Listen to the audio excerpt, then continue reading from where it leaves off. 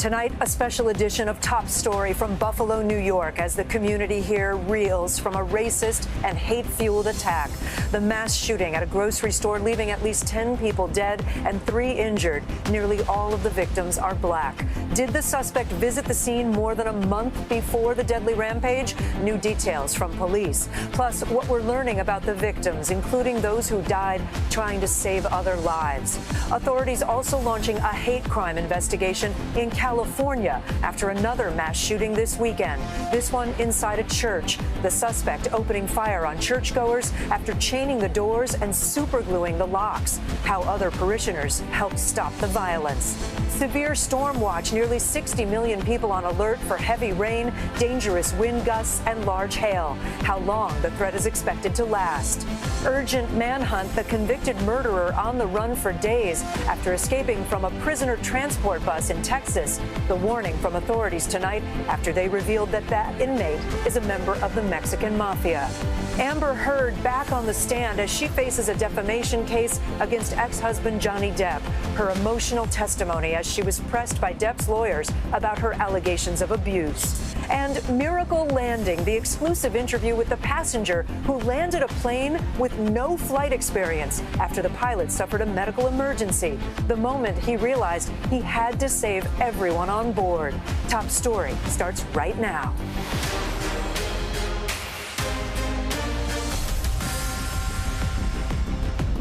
Good evening. I'm Kate Snow in for Tom Llamas. Tonight we are live from Buffalo, New York after a shooting rampage at a grocery store behind me left at least 10 people dead. Authorities believe the victims were targeted because of the color of their skin, nothing more, after officials found a manifesto written by the 18-year-old suspect that was filled with racist conspiracy theories. We're also learning the suspect may have visited the grocery store back in March as he planned for this attack. President Biden will visit the city tomorrow, where he will meet with families of the victims. And tonight, we're learning more about those lives lost, including a grandmother who was a pillar of her community and the security guard at Tops who tried to stop the gunman. We'll have their stories throughout the broadcast tonight. But first, we begin with nightly news anchor Lester Holt. Tonight, Buffalo is still struggling to come to terms with how someone could turn a supermarket into a terror target, and if warning signs were missed. 3 down inside so far, 2 outside. Police say the 18-year-old gunman had a disturbing plan when he stormed into this Tops grocery store Saturday. Put as many cars as you possibly can. A plan fueled by racist hatred. This is an absolute racist hate crime. This is someone who has hate in their heart, soul, and mind. Police say the suspect was wearing full body armor and tactical gear, had driven 200 miles to get here, and was live streaming the horror online. This video showing the alleged shooter's arrest at the scene. Tonight, authorities saying the suspect may have been casing the location. The individual was here a few months ago, back in early March. Grady Lewis was across the street Saturday and saw the gunman open fire. Seeing a guy in camouflage just shooting, and I seen a security guard run into the store. Lewis told me he saw the suspect at the store the day before the attack, and so did Veronica Love and her son Daniel, who work across the street. Where was he? Next door in front of my barber shop. He was sitting right in front, just using the Wi-Fi. Like so many here, they are still stunned by the nightmare the gunman unleashed. You could have been over there. I could have been over there. I frequently go over there. My daughter had a list for her Sunday meal. In court this weekend, the suspect pleaded not guilty, while tonight there are new details on the investigation. Authorities have interviewed the suspect's parents and confirmed the suspect posted a 180-page racist rant, including saying he targeted the neighborhood because it had the most black people. And NBC News learning this is not the first time the suspect came in contact with law enforcement. Last June, police were called after he allegedly threatened to carry out a shooting at his high school. He was given a mental health evaluation and released. There was nothing picked up on the state police intelligence, nothing that was picked up on the FBI intelligence. And tonight, this community is remembering 10 victims from ages 32 to 86 killed while they shopped on a Saturday afternoon. Authorities call retired Buffalo police officer Aaron Salter a hero. He was the security guard on duty, firing multiple times at the suspect. I can't say enough about our retired fellow colleague, Aaron Salter, who confronted this individual to save the lives of others. Family members remembering 65-year-old Celestine Cheney. She loves everyone, and even my friends. I'll bring her around. They make you feel like at home, and she's home. Like that's what my grandma is. And today, I talked to the family of Andre McNeil, who was killed while he was shopping for a birthday cake for his 3-year-old son. We all was getting ready for a birthday party,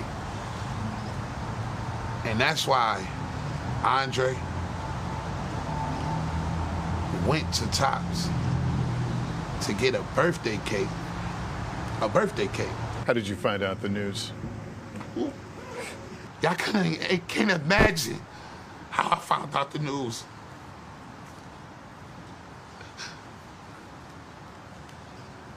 I was laying on my couch praying for this city. The last thing my brother told me on the phone was, I'm 1 hour away. I'm 1 hour away. And Lester joins me now. Lester, it's so painful just to even listen to that. Tears in my eyes. You've covered so many of these tragedies. This one does feel a little different. Kate, unfortunately, I'm not able to hear you, but let me just share a couple of thoughts. I think when I arrived here, one of the things that struck me was how familiar this all seemed. The candles, the flowers, the makeshift memorials. But I think what has been different here than so many of these others that I've covered is an extreme sense of violation here in Buffalo, a sense that this person planned this in some intricate detail from hundreds of miles away and chose this city, this block, this store to wage this attack. And I think people are having a hard time wrapping their heads around that. Lester, thank you so much. The bloodshed in Buffalo becoming the latest tragedy in our nation's long history of racist and hateful violence. But the increase of racially motivated killings in the last decade has really been staggering.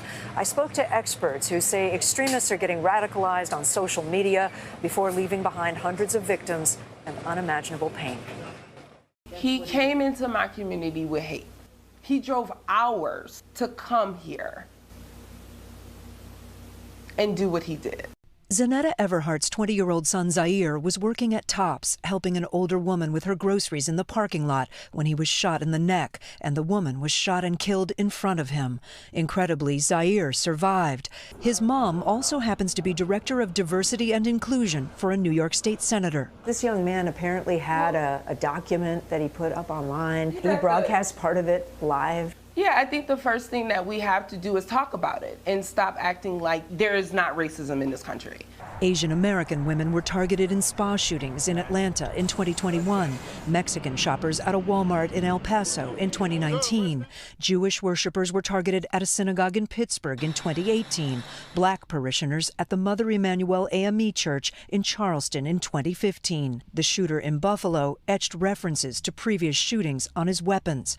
In a manifesto, he claimed he was radicalized on 4chan and repeatedly cites the false, unfounded Great Replacement theory, which suggests Jewish elites are bringing people of color into the U.S. to replace whites. Scott Richmond with the Anti-Defamation League says it's easy to find on social media sites that don't have moderation policies. We're talking about Discord, we're talking about Gab and Parler and Telegram, sites like that are frequented by extremists. And they don't have rules about what can be said. People can put whatever they want on there. Senior law enforcement officials say the FBI is seeing a growing number of racially motivated extremism incidents fed by social media and also gaming platforms. The Buffalo shooter live-streamed his attack on Twitch before it was taken down, but that video is still circulating. An outrage for Garnell Whitfield, who lost his mother Ruth on Saturday. Our matriarch, our hero, our angel was taken from us inappropriately. It's hurtful, but it makes us angry also. He and attorney Benjamin Crump say the shooter isn't the only one who should be held accountable. They're considering action against social media companies. But we also have to hold accountable the individuals who curate this hate, who are indoctrinating these young people with this hate. Hate that hurts so deeply.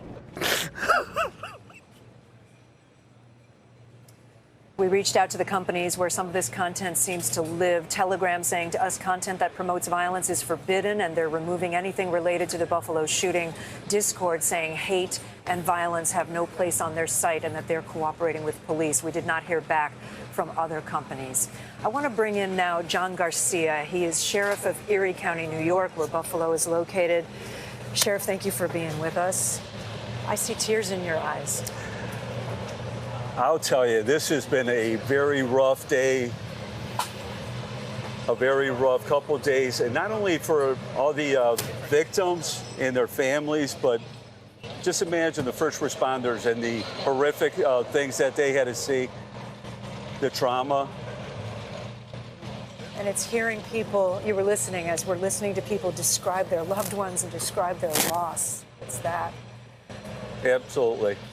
Aaron Salter, who I work with, great guy. He's making a couple extra bucks after retirement. Security guard here. Working security and tries to take down the shooter. And actually, yeah, he got a couple shots off, quite a few, and was right on target. But you know, this guy, this demented, racist, had a plate in his vest and stop the bullets. Yeah, stop the bullet. Yeah. I need to ask you about the shooter, only because you said today, authorities said today, that he may have been here in March.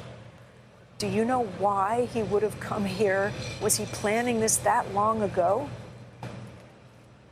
Well, I can tell you this. I can't confirm or deny that he was here in March. Well, I should say I could confirm that he was here, but I can't say why because of the ongoing investigation, but I think we could all guess why. He was doing recon the night before the shooting on Friday, and he had two other weapons in his vehicle. He had a shotgun and he had a .30-06, and he would have continued down the street and tried to kill as many black people as possible. And you think that didn't happen because your response was so quick getting here? Absolutely. The two Buffalo police officers that responded and confronted this individual.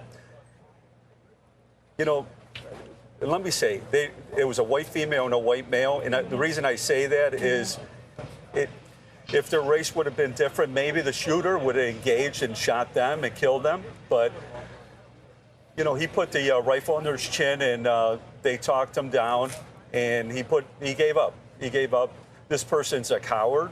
He's an extremist, a racist, and as far as I'm concerned, I refer to him as inmate control number 157103. He's under suicide watch. We have him. Have you heard anything that you can tell us from his parents? We understand you're talking to his parents. They've been cooperative. Is that right? Yes, they've been cooperative. They're sick to their stomach. They're distraught. 18-year-old son with this much hatred, where does it come from? But at the same time, if you have a child with mental illness that possesses firearms and he leaves the house and he's gone overnight, I think you have a responsibility to call the authorities and say, can you do a welfare check for my son? He might take his life or he might take somebody else's lives. Sheriff, it's nice to have you with us. I wish it were under different circumstances. I am so sorry for the pain of this community and everything you've lost, all the people you've lost. I appreciate that very much. Thank you. And I'm very proud of the community. We're not divided. We're more united than ever. Sheriff, thank you so much. Thank you. Appreciate it. As the city is mourning here all this loss of life, a gunman opened fire on a congregation in Southern California on Sunday morning. So now we'll talk about that. Officials now saying there that the attack that left one person dead and 5 others injured was a hate crime. NBC News national correspondent Miguel Almaguer is on the ground for us tonight. Tonight, investigators say the mass shooting on a Taiwanese congregation in Laguna Woods was a hate-filled attack.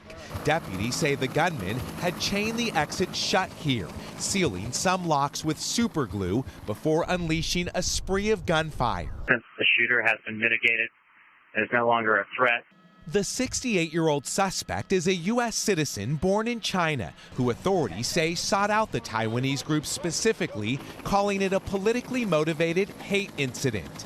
During the attack, police say 52-year-old Dr. John Chang rushed the gunman, jamming his weapon, allowing other parishioners to hogtie the suspect's legs with an extension cord. Dr. Chang was shot and killed. Without the actions of Dr. Chang, it is no doubt that there will be numerous additional victims in this crime. Armed with 2 handguns and a bag of Molotov cocktails, the sheriff says the shooter wounded 5 others before he was taken down. And then to go to their church and then shoot them. The victims ranged in age from 52 to 92. The suspect, a Las Vegas security guard, drove 275 miles to get here. In his car, investigators say they found notes showing hatred of Taiwanese people. The majority of the people in attendance were elderly, and they acted spontaneously, heroically. Members of the church had greeted the suspect warmly when he arrived, unaware he would target them moments later. Tonight, bloodshed staining a house of worship where fellow church members helped each other survive. Miguel Almaguer joins us now. Miguel, now that the shooting's being looked at as a hate crime, how does that impact the investigation and the charges the suspect could face? Well, Kate, the suspect could face the possibility of life without parole. The DA could also pursue the death penalty. We know that the special circumstances could come from those hate crime charges, but he's already facing the maximum penalty. Kate? All right, Miguel Almaguer, thank you. For more on this weekend's mass shootings, Catherine Schweit joins us now. She is the author of Stop the Killing, How to End the Mass Shooting Crisis, and the host of the Stop the Killing podcast. Thank you for being with us, Catherine. I don't even know where to begin. We just had the sheriff of Erie County crying. That's how difficult this situation is. How on earth, from a statistical standpoint, how bad are things? Are they as bad as they feel? And how do we stop it? They are as bad as we feel, I'm sad to say. And I think you see the agony on that sheriff's face. And I feel for him because I've been at those scenes too. And it's just agonizing to feel that you're helpless and you can't fix it. So I think part of, what we're dealing with is we have a lot more of these types of crimes going on, and including the increase in hate crimes. And hate crimes, for some reason, seem so senseless to us. Do you have thoughts about what we can do as a culture, what we can do as a community and a nation? I do. I honestly, Kate, I think that we really need to be as angry, and I think we are angry, as we were after 9/11. We were outraged after 9/11, and we were all about see something, say something, and we were all about packages and taking care of people and checking on people to make sure people didn't radicalize and become some sort of radical person who was going to commit a terrorist act in our homes. And that's exactly what we have happening right now. We have domestic terrorists who are committing hate crimes. Obviously is one of our highest concerns, one of the highest concerns of the FBI. And these domestic terrorists are committing acts, and what we need to do is see something, say something. We need to be all over people who are under stress, whether it's financial stress, mental health stress, whether it's a stress over their job or their relationships and their friends and family. Those are the stressors that are causing people these increases in this type of crime. And it's not going to stop unless we do a better job of seeing people who are under these stresses and then coming to their rescue, even if it means reporting them to the police or anonymous reporting systems and tip lines. And I know experts have been warning about a rise in violent extremism in the U.S. for years now. The Buffalo shooter was outspoken about his white supremacist views online. But in general, in these shootings, how much of a motivating factor is that racial or ethnic hatred? Do we know? Well, I'm not a statistician on that, but I think that oftentimes we find that someone wants to commit an act and they find an excuse on who they want to to support online. So you find some people and you sort of agree with them, and then suddenly you're that particular, you're that person. So we see that with, you know, white supremacists and skinheads, and then other people who hate this group or that group. They kind of gather together to who they think, oh, in this moment, I'm just going to pretend that's who I am. And we see that in this guy's writings. He picked up basically a bunch of writings from other people around the world and repeated it because he didn't have a position and an opinion of his own, and he was, you know, he was subsumed into something, just like somebody gets subsumed into a gang.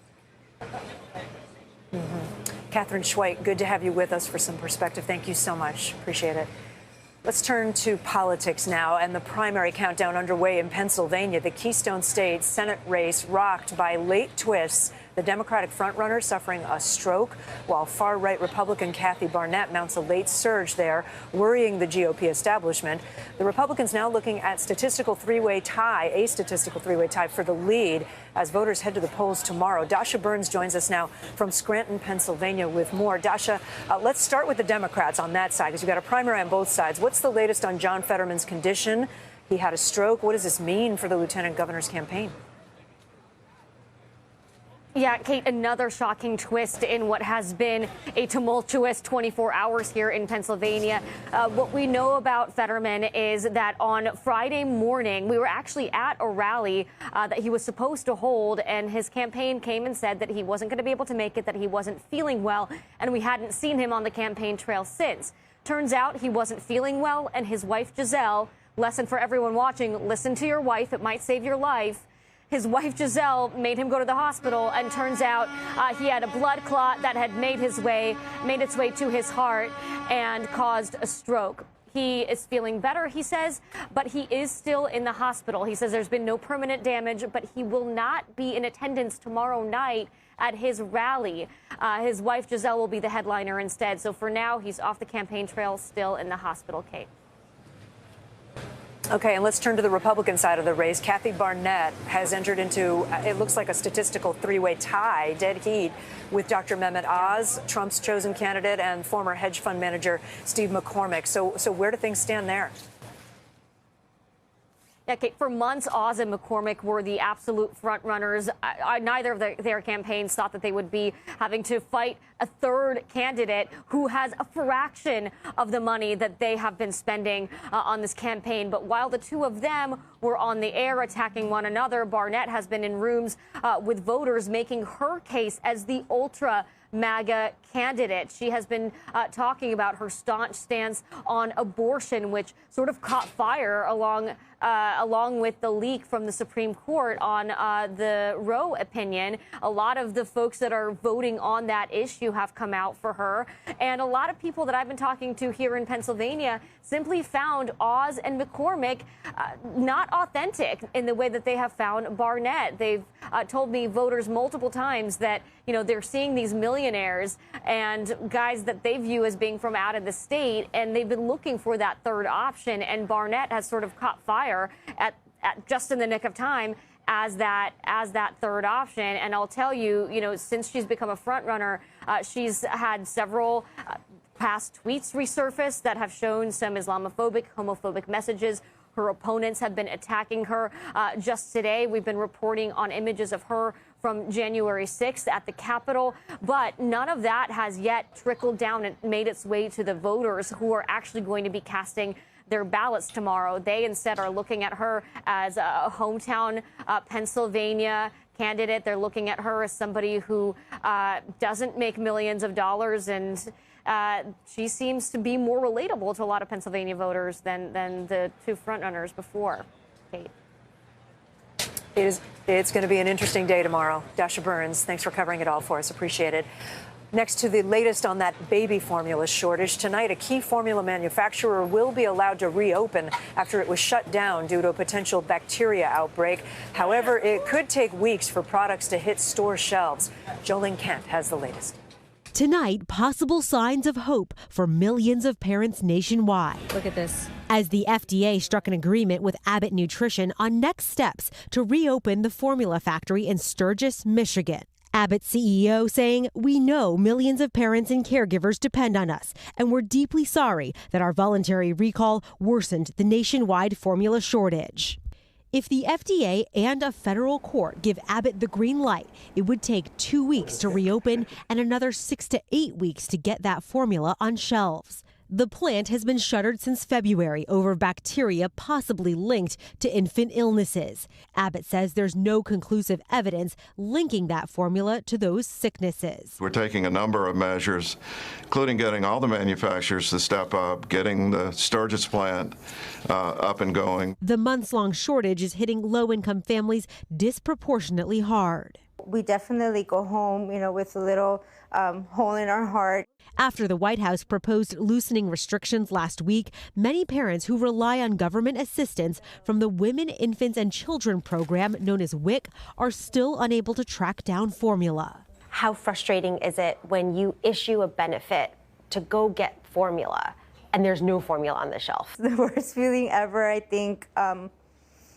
We always issue the formula thinking, I really hope this participant can find some formula. That's the biggest strain on our staff. By one estimate, up to 68% of all infant formula sold in the U.S. is purchased through WIC. How much do you worry about the babies? That is our biggest worry. Our biggest worry is that babies get sick, that babies are not able to tolerate different formulas, that babies are being offered one formula 1 week and another formula another week. This shortage has charitable organizations like Baby to Baby stepping in to help, distributing the formula they have to hospitals, foster care organizations, and shelters. 2022, we have requests for over 8 million cans of formula.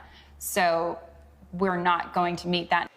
Baby to Baby has direct relationships with smaller formula makers, but say even that is not enough. Know that it is such a long road ahead, and so I think we're rightfully nervous. An immediate crisis requiring a new long-term solution. Jolene Kent, NBC News, Los Angeles.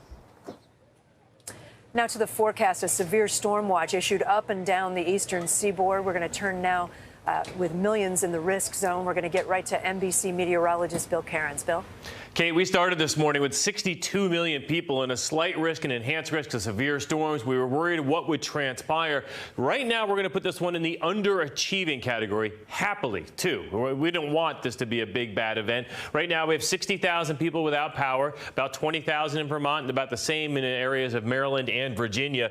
Each of these blue dots is where we've had wind damage reports or high winds. We had a really strong line of storms that went up through areas of northeastern Pennsylvania and then through central New York up into the Adirondacks. We had another big thunderstorm that went just south of Washington, D.C. It produced about a nickel to almost quarter-size hail around Alexandria and areas southwards. And we had some very strong winds with that thunderstorm that went through right where the James Rivers come out here. We had a 74-mile-per-hour gust. But no injuries, no fatalities. And again, only 60,000 people without power. I think we'll take it at this point. We still do have a few strong thunderstorms rolling through New Hampshire at this time. We just had one that headed out on Long Island that is now weakened. And it looks like D.C. to Richmond, you're in the clear, and just a few storms left here in areas of eastern North Carolina. So the bottom line is we're almost out of the woods with today's severe weather. Here's New York City, by the way, and one little thunderstorm is going to try to sneak over the top of Staten Island here and then head over into Brooklyn and Queens. Again, I don't think we're going to get more than maybe pea-sized hail out of that at worst, so that really shouldn't cause any more problems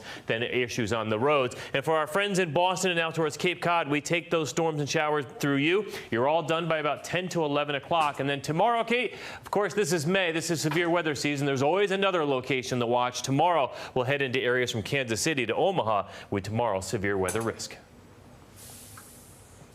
All right, Bill Cairns, thank you. Still ahead tonight, the urgent manhunt in Texas. A convicted killer on the loose for days after escaping from custody. The warning for anyone who might cross his path.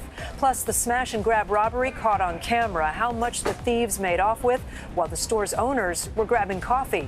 And Amber Heard back on the stand as she faces off against her ex-husband, actor Johnny Depp, in court.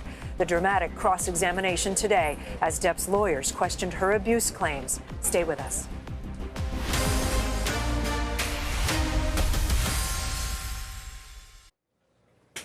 Back now with the high-profile multi-million-dollar defamation case between Johnny Depp and Amber Heard. Heard back on the stand today. Tensions were high as cross-examination began. Disturbing audio and testimony discussed after a week-long recess in that trial. NBC's Steve Patterson has been following it all for us. Tonight, Amber Heard back on the stand facing cross-examination. Mr. Depp is your victim, isn't he? No, ma'am. And once he left you, you continued to abuse him publicly by calling him an abuser, didn't you? He is an abuser. Johnny Depp's legal team pressing Heard on the lack of photos depicting injuries from the most intense allegations of abuse. This is a picture of you and Mr. Depp at the event the night after Mr. Depp allegedly whacked you in the face so hard you thought he had broken your nose. He did whack me in the face, and I did think it broke my nose. Your nose doesn't appear to be injured in any of these pictures, does it, Miss Heard? I'm wearing makeup. Your nose doesn't appear to be injured in any of these pictures, does it, Miss Heard? That's why I'm wearing makeup. Right. And makeup covers up swelling, right? Makeup will not cover up swelling. Ice will, though. And introducing a video where Heard appeared on the James Corden show on December 16th, 2015, just one day after Heard alleges Depp headbutted her and punched her in the face repeatedly. And then my hand, and my face, and then my hands. Yes. So you had a split lip when you were moving your mouth that way? I sure did. In those photographs? Absolutely. Okay. Earlier in the day, Heard's team wrapping up on their questioning. Just don't call me a liar. It's all I said. Just don't call me a liar. Just don't say this isn't real. Because I'm the walking proof of it. Introducing new audio of their own from after the divorce. Do you believe all this, Amber? Do you believe all this? You believe I'm an abuser. You believe I'm an abuser. Heard saying she filed for divorce because she feared for her life. If I didn't, I'd likely not literally survive. And also correcting previous testimony, telling the court the alleged abuse from Depp actually began in 2012, not 2013, as she previously stated. I'm embarrassed to say I think I would have liked to have believed that the period of time in which I had to fall in love with Johnny, in which we fell in love, and he was sober, and he wasn't violent to me, lasted for a lot longer than it did. Depp denies abusing Heard. It all comes in week 5 of the bombshell trial, already Heard's third day on the stand after graphic testimony. Depp is suing Heard for her 2018 op-ed in the Washington Post, in which she described herself as a public figure representing domestic abuse. The article never names Depp, but his lawyers argue it clearly referenced him and crippled his career. He's suing for $50 million. But now Heard, who's countersuing for $100 million, facing cross-examination. The troubled lifestyle of the famous couple taking center stage. And Steve Patterson joins me now from Los Angeles. So, Steve, the cross-examination today started out sharp from the beginning, as we heard. The first question from one of Depp's lawyers, I understand, was to ask Heard about looking at Depp during the trial, but Depp never looked at her. What did she have to say? So, Kate, Heard replied to that, saying that she knew that Depp, quote, cannot look at me. His lawyer responding with, quote, he won't look at you, after introducing an audio recording where you can hear Depp make a promise to Heard that she would never see his eyes again. So starting off with so much contention that we expected to see as the cross continues tomorrow. Kate. All right, Steve Patterson, thank you. Now to a massive manhunt underway in Texas. Law enforcement deploying canine and horse teams to search for an escaped murderer serving 2 life sentences. The fugitive escaped a prison transport bus after stabbing the driver, and he's still at large. Stephen Romo has the details. Tonight, the largest manhunt Texas has seen in nearly 20 years. At least 7 different law enforcement agencies involved as the search for 46-year-old Gonzalo Lopez continues. Authorities using everything from helicopters to canine units. The convicted murderer, serving back-to-back life sentences in Gatesville, Texas, escaped custody on Thursday while on a transport bus heading to a medical appointment in Huntsville, Texas. That, according to the Texas Department of Public Safety. Authorities say he somehow got out of his shackles and managed to get inside the driver's compartment, stabbing the corrections officer driving in the hand.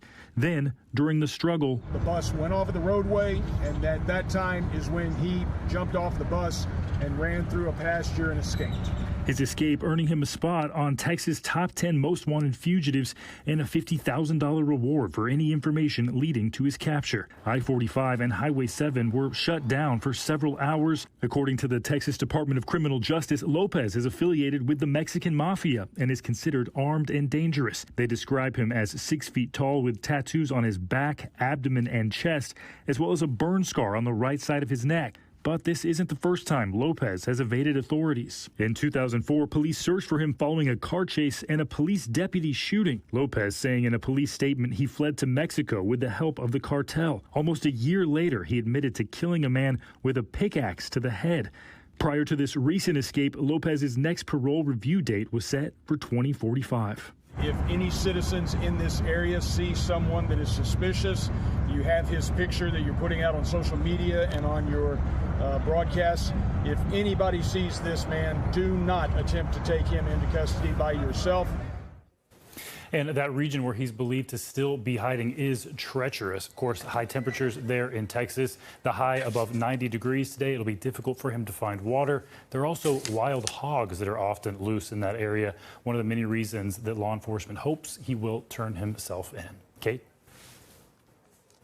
Oh, that's a little strange. Stephen Romo, thank you.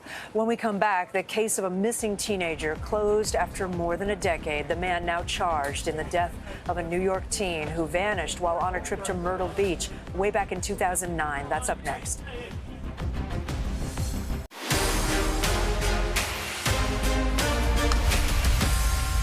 Back now with Top Stories news feed, and the remains of a missing teenager have been found after 13 years. Authorities say the remains found outside of Myrtle Beach, South Carolina, do belong to Brittany Drexel. The 17-year-old, originally from New York, went missing while on a trip there back in 2009.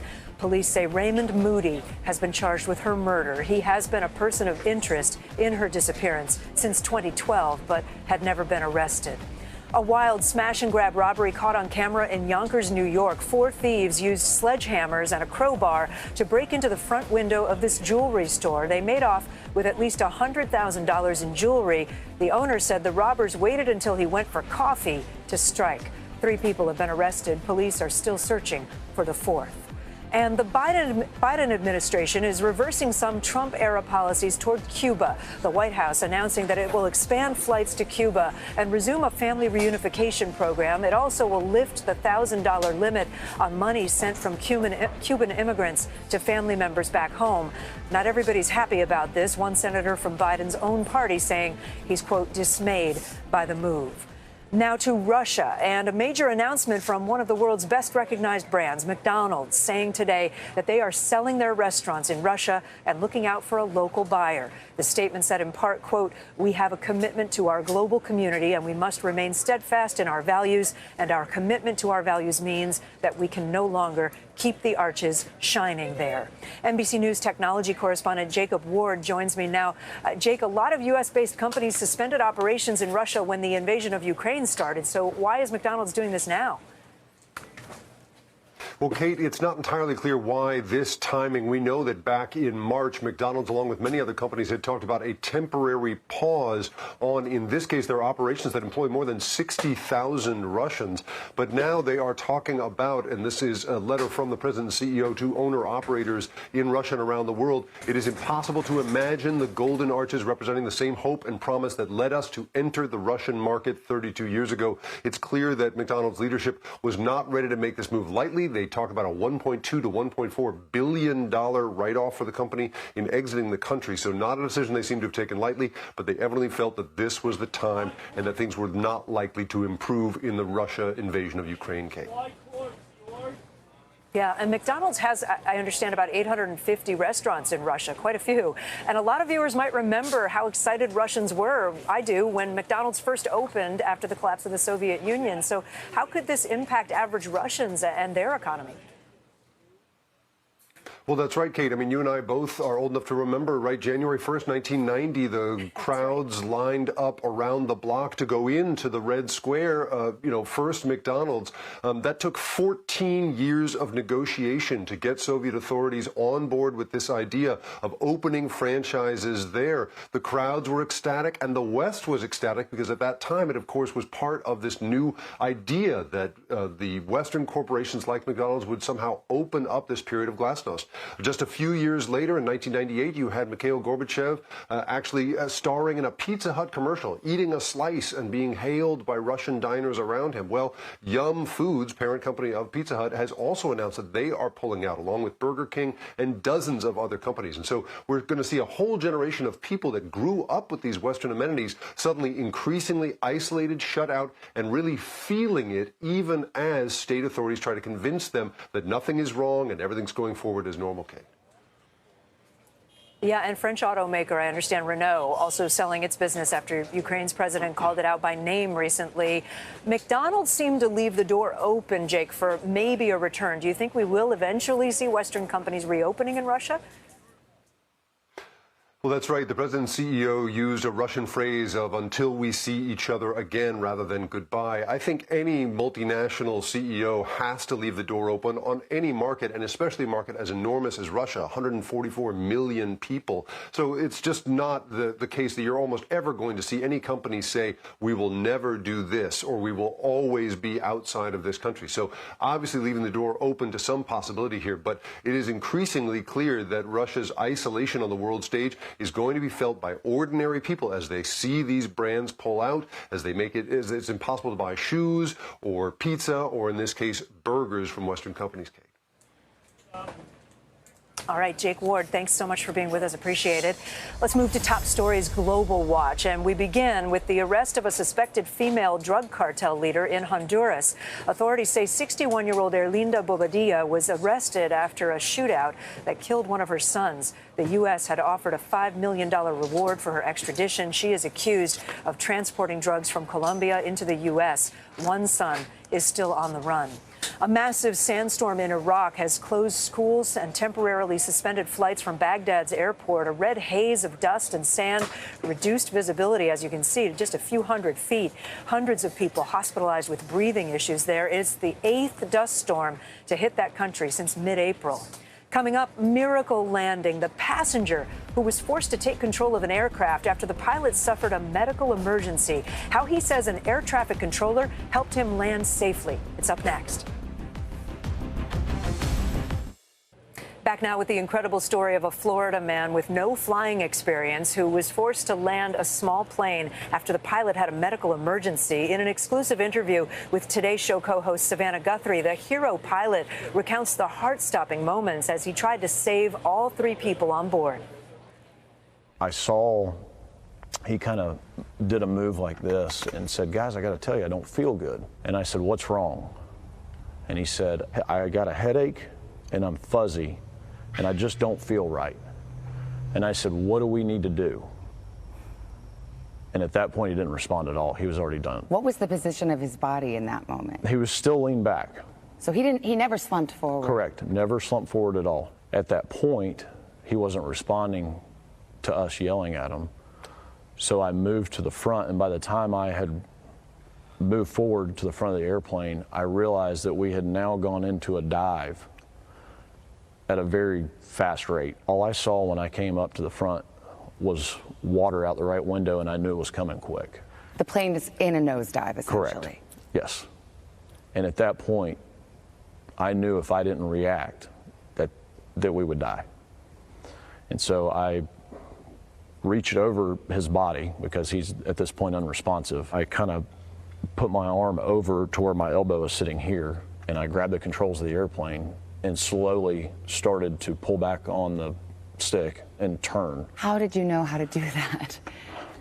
Just common sense, I guess, being on airplanes, because I knew if I went up and yanked that the airplane would stall. And I also knew at the rate we were probably going way too fast, and it would rip the wings off the airplane. Let's just stop for 1 minute right there before you talk to any air traffic controller, before you put on any headset. The pilot is still in the seat. Yes. That's a miracle right there. That's the scariest part of the whole story. Defying death in that moment was just the first miracle that day. Darren then found himself in the pilot's seat over open ocean with no flight experience and at first, no way to call for help. I now have the availability to climb into the seat to fly the airplane. I sit down and I'm trying to put on the headset that the pilot was wearing. And so I pull on the wires and I pull up and they're all frayed. The plug's gone off the end of the headphones. And so now I don't have a headset to use. So now your lifeline, you're literally Correct. holding a frayed cord that Yes. could be your lifeline to talk to anyone. Yes. So I immediately turn to the guy next to me and say, I'm gonna need your headset because I gotta talk to somebody. The person on the ground was Captain Bobby Morgan, an air traffic controller and part-time flight instructor. All my GPSs have gone out. I have no idea where I am. And then it was, well, what do you see? I see the state of Florida and I see a small airport. And they said, can you drop to 5,000 and maintain? And I said, I can try. I can work on it. But I'm still trying to figure this thing out. You didn't have any shoes on. Nope, I was barefoot. My shoes were in the back. You're practicing going up, going down, Yes. getting the feel for the controls. Yeah, because at some point, the realization sits in of you're gonna have to land the airplane. There's only one way to get down. One way. Did it ever cross your mind that you wouldn't try? Or was it just like, I can't do this? No. No, when I was flying and saw the state of Florida, at that second, I knew I'm gonna land the air. I don't know what the outcome's gonna be. I don't know how it's gonna happen, but I'm gonna have to land this airplane because there's no other option. At that point, we turn around and look, and the pilot's still not conscious in the back. With Captain Morgan's guidance, Darren navigated the plane to Palm Beach International Airport. And he kept telling me the whole time, the runway's gonna keep getting bigger as you get closer to it. Just keep focused on that and just keep descending. And I remember getting to around 200 feet, and he said, hey, you're gonna need to slow down some more. You're still coming in pretty fast. And at that point, I told the other guy, I said, hey, take the throttle and dump it on the floor. Just dump it on the floor as far as it'll go. Moments later, Darren touched down on the runway. So, and then you slammed on those brakes with your bare feet. I slowly feathered the brakes as I'm going down the runway. And surprisingly, I felt so comfortable with it. I radioed to the guy and I said, hey, I'm feeling pretty confident in the brakes and everything. Do you guys want me to turn off the runway so I can clear this thing out? You offered to park. Yeah. And when did you exhale? I said thank you for everything, and I threw the headset on the dash and said the biggest prayer I've ever said in my life. That's when all the emotion set in. Can you share what your prayer was? It was a thankful prayer for the safety and everything that had happened. But the last part of the prayer and the strongest part was for the guy in the back. Because I knew it was not a good situation. Yeah. Your thoughts immediately turned to him. Yes, absolutely. And how is he? He is expected to leave the hospital, I believe, on Monday. Wow. Yes. Another miracle. Yes. When they took him to the hospital, he was not expected to live. When we come back, a look at the stories of heroism coming out of Buffalo here. The retired police officer and security guard racing to fend off the shooter, and the beloved grandma who helped everyone she knew. Their stories and more next. Finally tonight, remembering the helpers and hometown heroes, a retired police officer, a local driver, a beloved grandma, an auntie, all among those who died here in Buffalo. A former Buffalo police officer, now hailed as a hero. He helped so many people in his community, it's unreal. And to have them gunned down like that. Armed with just his pistol, top security guard Aaron Salter tried to stop the gunman, potentially saving lives. Thank God for our retired officer, Aaron Salter, who's a hero. He was in the store working security, and he engaged the suspect. He was heavily outgunned. Those who worked with him during his 30 years on the Buffalo police force, remembering a man who continued to defend his community to the very end. I know he, in his heart, he wanted to save as many people as he could. And it didn't surprise me to hear that he engaged the guy right away that tried to stop him. Also lost that day, Hayward Patterson, known for giving out rides to those in need. He was just a people person. People loved him. The community loved him. They known him as teeny boy. He loved one another. He loved his children. A man can sing. And he loved God. That's all he wanted to do is just help people. Another helping soul, 77-year-old Pearl Young, the heart of her church congregation. She was just so beautiful, inside and out. Pearl taught Sunday school for decades, always making sure every mouth was fed and smiling. She will always have food for us for Sunday school. She will always have our books. I mean, when we came downstairs, she was always happy to see us. She was ready to teach us. This was her spirit, how she would, every time we came in, it was giving her a hug that brought us out of our day. It would bring a smile to her face if we gave her a hug. A Buffalo resident for over 50 years, her church community already feeling the loss of Pearl's presence this past Sunday. When she walked in, her voice. Just her in general. It's not going to be the same without her. They are all missed. Thank you so much for watching Top Story. For Tom Llamas, I'm Kate Snow in Buffalo, New York. Stay right there. More news on the way.